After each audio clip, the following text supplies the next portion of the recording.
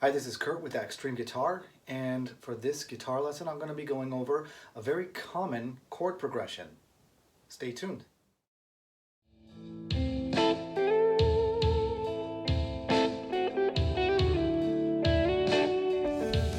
So as I said, I'm going to be going over a very common chord progression. Now it's not important which key, it's about the majors and minors and the order that I'm using them that makes all the difference.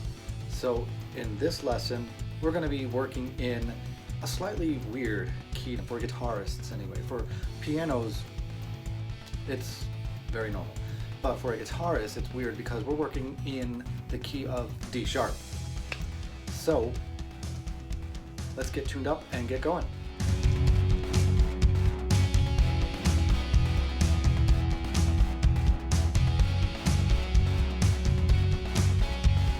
So if you're all set with tuning up in standard tuning, then we can move on to starting this song progression. So many songs are using this kind of a progression. It's not specifically the chords, but like I said, it's about the majors and minors and the order that they're used. In this song, I told you, we're going to be playing it in D sharp. So that means that there's going to be a lot of bar chords in this. Actually, all of it is bar chords. So what I am going to do first is find the D sharp, and the best way to do that is to say, okay, what are my strings? I have E, A, D, G, B, E. Now, the root note that I'm looking for is going to need to be on either the E string or the A string. Now, if it's the E string, then we know that there's an F on the first fret, G on the third, A, B, C, because this is a half step here. And if you don't know about half steps and whole steps, don't worry about it. But this is what I'm telling you. You have B on the 7th fret, C on the 8th, then another whole step to the D, and then we have a half step to D sharp. So I don't think it makes sense to play our D sharp down here. So let's go to the A string. We have A as the open string, open note, and the first fret is an A sharp. That's a half step. So a whole step would make it B, then a half step to C, whole step to D, and then a half step to D sharp. So our bar chord is going to be rooted on the A string, which means that we're going to be doing an A patterned bar chord. Now, if you are familiar with your A major, we would play it this way. And if I'm going to be doing an A patterned bar chord, that means that I'm going to have to shift my fingers this way. The other thing to take note of is with an A patterned bar chord, we typically are not going to be doing anything with the E string. You can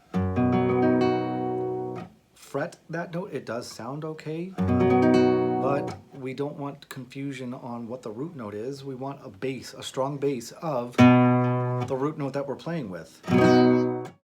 So we're coming down to our 6th fret on the A string, and we're gonna bar our finger straight across that fretboard, and I allow my finger to make contact with this E string so that when I'm strumming, I don't have to specifically look for just hitting these bottom 5.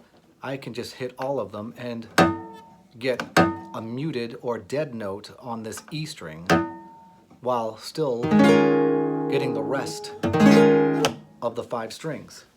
So the other thing too is you don't want to bend in your pointer finger, because then you're going to get dead notes somewhere else. So in that case, I usually tell my students, bring your thumb as far down as you need to until your pointer finger is nice and straight. So we have D sharp, major. If it were minor, then we would make this A minor shape like what we have up here, and we're doing that A minor shape so you have your pointer finger free, not this way, but this way. And then as we come down, your finger is acting as the nut over whichever fret where your root note is going to be, and it just so happens that the 6th fret is where the D sharp is. So our finger is going to be that nut on the 6th fret, and we're not doing minor, so we're going to do a major for this song. So D sharp major. So we have our D sharp major, C minor.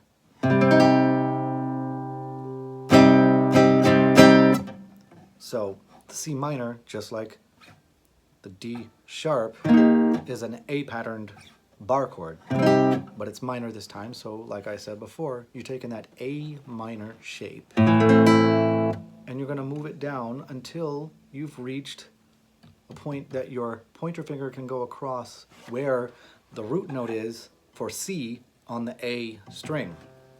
That happens to be the 3rd fret. So this A minor shape is here. It's a lot easier to fret the minor shape of the A pattern, in my opinion. I don't have to worry about blocking the bottom E if I don't want to. I do, however, still block the top E because it's still the same situation. I don't want this G for the C minor. I really want it to stand out that this is a C minor chord. So we have that C minor. And then from here, we go back to a major, but it's going to be a G sharp. Now you may have caught that I had said the 3rd fret on the E string is a G. So if we move a half step up in pitch to the 4th fret is a G sharp. And because it's on the E string, that means it's an E pattern. So now we're looking at the E pattern chords. What is an E pattern chord? If you remember what the A pattern chord was and what we were discussing, we had the A, and let's just say we moved it down 2 frets, and this just happens to be a B major right now. So we have this A pattern or shape, and we just bar it so that we can get this root note here. Now the same thing works with the E pattern. You have your E chord, and this is a E string, so that is my root note of the E chord. So if I were to switch my fingers around so that I have my pointer finger available, I still have the E chord, but let's say we want to do a barred G. Well, you remember I had said on the 3rd fret we have a G.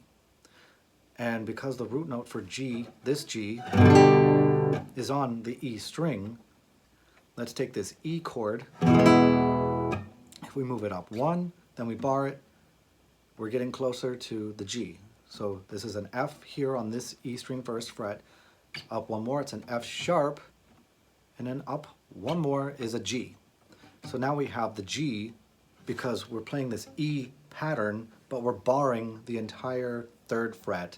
In this position, I need to move myself down 1 more. So all fingers keep that shape as best as you can so that you still have the E pattern, but you're now barring at the 4th fret so that your root note is a G sharp, and it's major, so you would keep all of these fingers right as they are.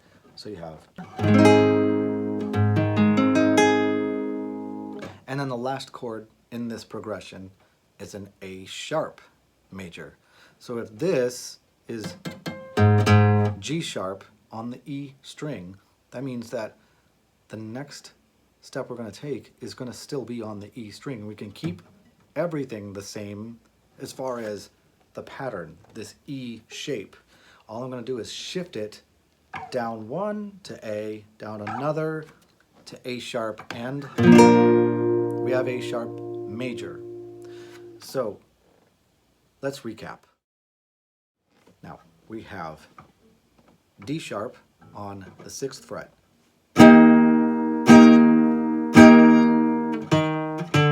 C minor, 3rd fret,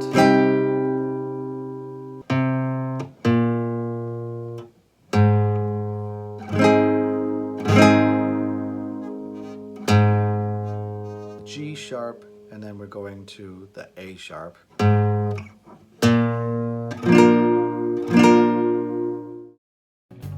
So I hope you enjoyed that tutorial, and as usual, like and subscribe, and I'll see you next time.